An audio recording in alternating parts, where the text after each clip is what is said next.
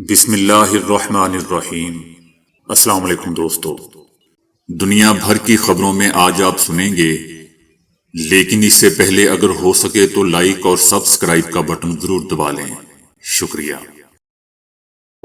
International ذرائع نے security معاہدے پر دستخط کرنے کے لیے اسرائیل اور شام پر سخت امریکی دباؤ کی اطلاع دی ہے، اور توقع کی جا رہی ہے کہ اس معاہدے کا اعلان جلد کر دیا جائے گا۔ امریکی صدر ٹرمپ اور ان کے شامی ہم منصب محمد جولانی کے درمیان ٹیلی فون پر بات چیت کی بھی اطلاع ہے۔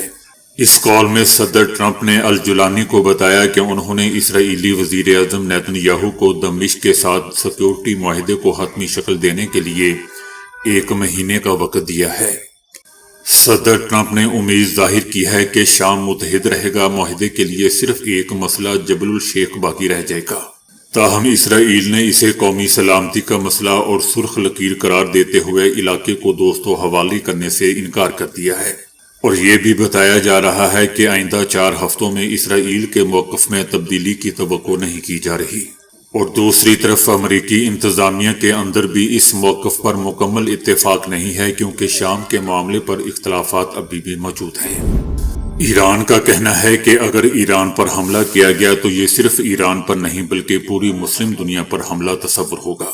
ایران نے واضح کیا ہے کہ ایران جنگ نہیں چاہتا، اور اب بھی امید ہے کہ صورتحال جنگ کی طرف نہیں جائے گی۔ تاہم اگر ایران پر حملہ کیا گیا تو یہ صرف ایران پر نہیں بلکہ پوری مسلم دنیا پر حملہ ہوگا۔ ایران میں دوستوں تخریب کار کارروائیوں کے دوران بڑے پیمانے پر جانی اور مالی نقصان ہوا تھا۔ پرتشدد واقعات میں 2000 سیکیورٹی اہلکاروں سمیت 3000 سے زائد افراد مارے گئے تھے۔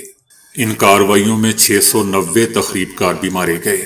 ایران کا کہنا ہے کہ صورتحال پر مسلسل نظر رکھی جا رہی ہے اور امریکہ کے مطالبات قابل قبول نہیں ہے۔ ایران کا کہنا ہے کہ پاکستانی حکومت کی طرف سے ایران کی حمایت پر ہم اس کے شکر گزار ہیں۔ ایران کا دوستو یہ بھی کہنا ہے کہ پاکستان کی یہ حمایت ایران ہمیشہ قدر اور احترام کے ساتھ ہی یاد رکھے گا۔ یورپی یونین نے ایرانی آرمی کو تخریب کار تنظیم قرار دے دیا ہے۔ یورپی یونین کی خارجہ پالیسی کے سربراہ نے اعلان کیا ہے کہ یورپی یونین کے وزرائے خارجہ نے ایران کی آرمی کو تخریب کار تنظیموں کی فہرست میں شامل کر لیا ہے۔ دوسری جانب ایران کی مسلح افواج نے یورپی یونین کے اس فیصلے پر رد عمل دیتے ہوئے اسے غیر منطقی، غیر ذمہ دارانہ اور بدنیتی پر مبنی قرار دیا۔ ایرانی آرمی کا کہنا ہے کہ یہ اقدام امریکہ اور صہیونی حکومت کی بالادست اور غیر انسانی پالیسیوں کی اندھی تقلید کے تحت کیا گیا ہے۔ دوستو یاد رہے کہ پاسداران انقلاب ایران کی مسلح افواج کا ایک اہم حصہ ہے، جسے 1979 کے ایرانی انقلاب کے بعد قائم کیا گیا تھا۔ یہ باقاعدہ فوج کے ساتھ مل کر کام کرتی ہے اور براہ راست ایران کے سپریم لیڈر آیت اللہ خامنائی کو جواب دہ ہے۔ تقریباً 1,90,000 فعال اور ریزرو سمیت 6 لاکھ سے زائد اہلکاروں پر مشتمل یہ فورس ایران کے بیلسٹک میزائل اور جوہری پروگراموں کی نگرانی کرتی ہے اور مشرق وسطی میں مختلف اتحادی گروہوں کی حمایت کرتی ہے۔ امریکہ نے بھی 2019 میں پاسداران انقلاب کو غیر ملکی تخریب کار تنظیم قرار دیا تھا۔ ایران کا یورپی یونین کی جانب سے ایران کی پاسداران انقلاب فورس کو تخریب کار تنظیم قرار دینے پر دوستوں سخت رد عمل سامنے آیا ہے۔ اس سے پہلے یورپی یونین کا کہنا تھا کہ جبر کو جواب دہ کیے بغیر نہیں چھوڑا جا سکتا۔ جو حکومت اپنے ہزاروں لوگوں کو مارتی ہے وہ اپنی تباہی کی طرف بڑھتی ہے۔ ایرانی وزیر خارجہ عباس عراقچی کا کہنا ہے کہ یورپ ایرانی پاسداران انقلاب کو تخریب کار تنظیم قرار دے کر بڑی غلطی کر رہا ہے۔ ایرانی فوج نے بھی کہا ہے کہ یورپی یونین کا پاسداران انقلاب کو تخریب کار تنظیم قرار دینے کا فیصلہ غیر ذمہ دارانہ ہے۔ ایرانی آرمی کا یہ بھی کہنا ہے کہ یہ سب اسرائیل اور امریکہ کے غلام ہیں، ہمیشہ امریکہ اور اسرائیل کو خوش کرنے میں لگے رہتے ہیں۔ ایک صہیونی جنرل نے ایران کے خلاف امریکہ کی طرف سے کسی بھی جارحانہ اقدام کے نتائج پر اسرائیل کے لیے دوستوں اثرات پر تشویش کا اظہار کیا ہے۔ جنرل کا کہنا ہے کہ امریکہ نے ایران کے خلاف کوئی بھی حملہ کیا تو ایران اسرائیل کے خلاف جوابی حملہ کرے گا۔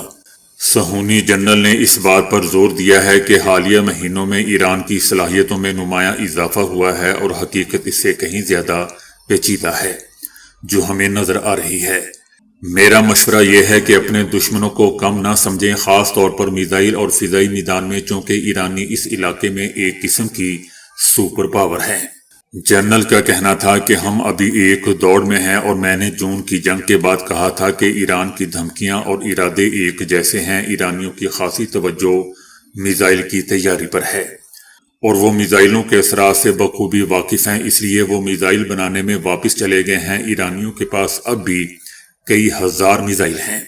جنرل کا مزید کہنا تھا کہ جب آپ تمام اعداد و شمار کو اکٹھا کرتے ہیں تو آپ کو احساس ہوتا ہے کہ حالیہ جنگ سے پہلے ایرانی میزائلوں کا بڑا ذخیرہ اب بھی موجود ہے، اور اس طرح جون میں اسرائیل کے ساتھ جو ہوا تھا وہ دوبارہ بھی ہو سکتا ہے۔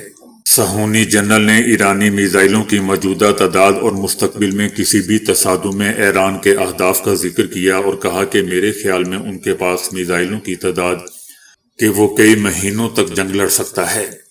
ایران کا مقصد زیادہ سے زیادہ اسرائیلی زندگی کو مفلوج کرنا ہے۔ ایرانی اس بار مقامات کی بجائے اسرائیل کی آبادی والے علاقوں کا انتخاب کریں گے، جس سے اسرائیل کے ہوم فرنٹ پر حملوں کو مزید آگے بڑھایا جائے گا۔ ایرانی نقطۂ نظر سے ان کے پاس بہت سے آپشن اور بہت سے امکانات ہیں کہ وہ اس جنگ میں کیا حاصل کرنا چاہتے ہیں، جبکہ ہمارے پاس کچھ بھی نہیں۔ صدر پیوٹن نے اپنے اماراتی ہم منصب محمد بن زاید کا خیر مقدم کرتے ہوئے کہا ہے کہ روس ایران کی صورتحال پر گہری نظر رکھے ہوئے ہیں، اور روس مذاکرات کے دوران ان کے ساتھ اس مسئلے پر بات کرنا چاہتا ہے۔ روس کا دوستوں کہنا ہے کہ امریکہ اور ایران کے درمیان مذاکرات کی صلاحیت ابھی ختم نہیں ہوئی ہے، اور ایران کے خلاف طاقت کا کوئی بھی استعمال خطے میں افراتفری کا باعث بن جائے گا، اور اس کے خطرناک نتائج برآمد ہوں گے۔ روس کا یہ بھی کہنا تھا کہ ہم تمام فریقوں سے تحمل سے کام لینے اور مسائل کے حل کے لیے طاقت کے استعمال سے گریز کرنے کا مطالبہ کرتے ہیں۔ ایرانی فوج نے دو ٹوک الفاظ میں پھر دہرایا ہے کہ کسی بھی نئے حملے کی صورت میں فوری اور فیصلہ کن جواب دیا جائے گا۔ ایرانی فوج کا یہ بھی کہنا ہے کہ ممکنہ حملے سے نمٹنے کے لیے فوجی منصوبے اور احکامات پہلے ہی جاری کر دیے گئے ہیں۔ اگر دشمن نے ایک بار پھر کسی احمقانہ عمل کا ارتکاب کیا تو ایران فوری رد عمل دے گا۔ ایرانی فوج کا دوستوں یہ بھی کہنا ہے کہ خطے میں امریکی فوجی اڈے اور طیارہ بردار جہاز ہمارے اہداف ہو سکتے ہیں۔ یہ اڈے ہمارے درمیانی فاصلے کے میزائلوں کی رینج میں ہے، اور اس حوالے سے تمام ضروری منصوبہ بندی مکمل کر لی گئی ہے۔ ایرانی فوج کا دوستوں کہنا ہے کہ ملک کے دفاع اور کسی بھی جارحیت کا مؤثر جواب دینا ایران کی اولین ترجیح ہے۔ ایک بین الاقوامی تحقیقی ادارے کی رپورٹ میں کہا گیا ہے کہ روس اور یوکرین کے درمیان جاری جنگ میں دونوں ممالک کے مجموعی فوجی جانی نقصان کی تعداد 20 لاکھ تک جا پہنچی ہے۔ رپورٹ میں خبردار کیا گیا ہے کہ اگر موجودہ حالات برقرار رہے تو موسم بہار تک ہلاکتوں، زخمیوں اور لاپتہ فوجیوں کی مجموعی تعداد میں مزید اضافہ ہو جائے گا۔ واشنگٹن میں قائم think tank centre for international studies کی رپورٹ میں کہا گیا ہے کہ فروری 2022 سے دسمبر 2025 تک روس کو تقریباً 12 لاکھ فوجی نقصانات کا سامنا کرنا پڑا، جن میں 3.5 لاکھ کے قریب ہلاکتیں بھی شامل ہیں۔ رپورٹ میں بتایا گیا ہے کہ دوسری جنگ عظیم کے بعد کسی بھی بڑی عالمی طاقت کو کسی ایک جنگ میں اتنا زیادہ جانی نقصان نہیں اٹھانا پڑا۔ رپورٹ میں بتایا گیا کہ یوکرین، جس کی فوج اور آبادی نسبتاً کم ہے، اسے بھی 5 سے 6 لاکھ فوجی نقصانات کا سامنا کرنا پڑا۔ رپورٹ میں بتایا گیا ہے کہ اگرچہ روس میدان جنگ میں پیش قدمی کے دعوے تو کر رہا ہے، لیکن حقیقت یہ ہے کہ اسے معمولی علاقائی کامیابیوں کے علاوہ غیر معمولی جانی نقصان برداشت کرنا پڑ رہا ہے، جس سے اس کی عسکری طاقت کمزور ہو رہی ہے۔ دوستو، یاد رہے کہ یہ امریکہ کی طرف سے رپورٹ ہے، جبکہ اس کے جواب میں روس کا کہنا ہے کہ اس طرح کی تحقیق کو قابل اعتماد نہیں سمجھا جا سکتا، اور فوجی نقصانات سے متعلق درست معلومات صرف روسی وزارت دفاع ہی فراہم کر سکتا ہے۔ انٹرنیشنل ماہرین کا کہنا ہے کہ جنگ اب ایک طویل اور تھکا دینے والی کشمکش کی شکل اختیار کر چکی ہے، جس میں دونوں جانب انسانی اور عسکری نقصانات مسلسل بڑھ رہے ہیں، اور فوری امن کے امکانات کم ہی دکھائی دیتے ہیں۔ امریکہ نے ایران کو ایٹمی ہتھیاروں کی جانب بڑھنے سے سختی سے خبردار کرتے ہوئے کہا ہے کہ امریکہ تمام آپشن استعمال کرنے کے لیے تیار ہے۔ امریکی وزیر دفاع کا کہنا تھا کہ ایران کے پاس معاہدہ کرنے کا موقع ہے، ایران کو اپنی جوہری صلاحیت میں اضافہ نہیں کرنا چاہیے تھا۔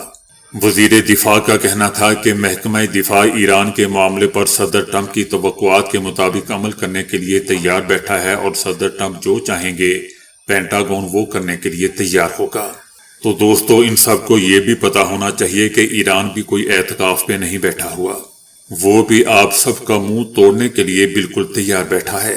یاد رہے دوستو کہ امریکہ کا ایک اور بحری بیڑا مشرق وسطی میں تعینات ہے۔ یہ ایک روز قبل امریکی صدر نے ایران کو دھمکی دیتے ہوئے کہا تھا کہ ایک اور بحری بیڑا تیزی سے بھرپور طاقت اور واضح مقصد کے ساتھ ایران کی طرف بڑھ رہا ہے، جبکہ ایک بحری بیڑا وہاں پہلے سے ہی موجود ہے۔ جبکہ اس کے جواب میں ایران نے کہا تھا کہ ایرانی فورسز کی انگلیاں ٹریگر پر ہیں، اور ایرانی فورسز کسی بھی جارحیت کا جواب دینے کے لیے بالکل تیار بیٹھی ہے۔ روس کی سرکاری ایٹمی توانائی کارپوریشن کے سربراہ کا کہنا ہے کہ اگر ضرورت پڑی تو روس ایران کے بوشہر ایٹمی بجلی گھر سے اپنے عملے کو نکالنے کے لیے تیار ہے۔ روس کا کہنا ہے کہ ہم صورتحال پر گہری نظر رکھے ہوئے ہیں، اور وزارت خارجہ اور وزارت دفاع کے ساتھ مل کر اگر ضروری ہوا تو انخلاء کے اقدامات کے لیے تیار ہیں۔ گزشتہ برس جون میں ایران کی جوہری تنصیبات پر ہونے والے امریکی حملے میں بوشہر پلانٹ کو نشانہ نہیں بنایا گیا تھا۔ روسی صدر پیوٹن بھی کہہ چکے ہیں کہ بوشہر ایٹمی پلانٹ میں سینکڑوں روسی ماہرین کام کر رہے ہیں۔ اگر بوشہر ایٹمی پلانٹ پر حملہ ہوا تو اس کے نتائج یوکرین میں 1986 کے چرنوبل ایٹمی حادثے جیسے تباہ ہوں گے۔ روس کے چیچن علاقے کے سربراہ رمضان قادریوف کا کہنا ہے کہ وہ یوکرین جنگ کے خاتمے کے لیے مذاکرات کے خلاف ہیں، اور روس کو جنگ جاری رکھنی چاہیے۔ ان کا کہنا تھا کہ میرا خیال ہے کہ جنگ کو اس کے منطقی انجام تک پہنچانا چاہیے، میں مذاکرات کے خلاف ہوں۔ یہ بیان دوستو ایسے وقت میں سامنے آیا ہے جب روسی صدر پیوٹن متحدہ عرب امارات کے صدر سے ملاقات کر رہے ہیں۔ خود کو صدر پیوٹن کا فٹ سولجر کہنے والے قادریوف روس کے نمایاں حامیوں میں شمار ہوتے ہیں۔ ان کے پاس اس بیان سے سخت گیر حلقوں کی اس رائے کی عکاسی ہوتی ہے کہ روس 4 سال سے جاری جنگ میں برتری حاصل کر رہا ہے اور اسے جاری رکھنا چاہتا ہے۔ تاہم جنگ روکنے یا جاری رکھنے کا فیصلہ مکمل طور پر صدر پیوٹن کے اختیار میں ہے۔ روس کا کہنا ہے کہ روس یوکرین میں اپنے اہداف کو سفارتکاری کے ذریعے حاصل کرنے کو ترجیح دیتا ہے، لیکن اگر یہ ممکن نہ ہوا تو فوجی ذرائع سے انہیں حاصل کیا جائے گا، اور ضرور کیا جائے گا۔ پاکستان تحریک انصاف نے دعویٰ کیا ہے کہ عمران خان کو بنیادی انسانی حقوق نہیں دیے جا رہے۔ انہیں ہفتے کی شام خفیہ طور پر اڈیالہ جیل سے پیمز ہاسپٹل لایا گیا اور ان آنکھ کی سرجری کی گئی۔ پاکستان تحریک انصاف کا دوستو یہ بھی کہنا ہے کہ عمران خان کی صحت سے متعلق حکومتی حلقے 5 دن تک جھوٹ بولتے رہے۔ تحریک انصاف کا کہنا ہے کہ پیمز ہاسپٹل میں عمران خان کی آنکھ کی سرجری کی گئی، لیکن عمران خان کے خاندان کو نہیں بتایا گیا کہ ان کو کس وجہ سے ہاسپٹل لے جایا گیا ہے۔ لاہور بھاٹی گیٹ کے قریب سیوریج لائن میں گر کر مرنے والی خاتون اور بچی کے شوہر نے دوستو الزام عائد کیا ہے کہ پولیس افسران نے ان پر تشدد کیا اور بیوی کو مارنے کا اعتراف کرنے کے لیے دباؤ ڈالتے رہے۔ سیوریج لائن میں گرنے والی خاتون کے شوہر غلام مرتضیٰ کا کہنا تھا کہ جب میں بیوی اور بچی کے سیوریج لائن میں گرنے کی اطلاع دینے کے لیے پولیس اسٹیشن پہنچا تو پولیس نے مجھے ہی حراست میں لے لیا۔ ایس پی بلال اور ایس ایچ او زین نے مجھ پر تشدد کیا۔ شوہر کا کہنا تھا کہ میری بیوی کے ساتھ کوئی لڑائی نہیں تھی، اس کے ساتھ سیر کے لیے آیا تھا۔ میں نے بتایا کہ دونوں کو اپنی آنکھوں سے گرتے دیکھا۔ ایس پی اور ایس ایچ او کہتے رہے کہ تم جھوٹ بول رہے ہو۔ پولیس نے میرا موبائل فون بھی لے لیا۔ جب واقعہ ہوا ایک بیٹا والدہ کے پاس تھا۔ شوہر غلام مرتضیٰ نے الزام عائد کیا کہ ایس پی اور ایس ایچ او یہ کہتے رہے کہ یہ کہو کہ تم نے اپنی بیوی اور بچی کو مار دیا ہے۔ پولیس مجھ سے دونوں کا قتل زبردستی منوانا چاہتی تھی۔ پولیس نے میرے ساتھ میرے کزن تنویر کو بھی پکڑا ہوا تھا۔ جیسا کہ دوستو ہم جانتے ہیں کہ گزشتہ دنوں لاہور کے علاقے بھاٹی گیٹ میں داتا دربار کے قریب ایک خاتون اور اس کی بچی سیوریج لائن میں گر کر ماری گئی تھی۔ تاہم ابتدائی طور پر پولیس اور دیگر متعلقہ ادارے اس خبر کو غلط قرار دیتے رہے اور کہا کہ ایسا کوئی واقعہ پیش ہی نہیں آیا۔ تاہم تقریباً 10 گھنٹے کے بعد خاتون اور اس کی بچی کی باڈی 3 کلومیٹر دور سے برآمد ہو گئی اور پھر انہی لوگوں نے اس کے خامد غلام مرتضی پر مارنے کا الزام لگانا شروع کر دیا۔ بعد میں سی سی ٹی وی فوٹیج نے پولیس کی کہانی کا تمام بھانڈا پھوڑ دیا۔ تو دوستو ابھی کے لیے اتنا ہی۔ ویڈیو کو لائک اور شیئر کرنے کا بہت بہت شکریہ۔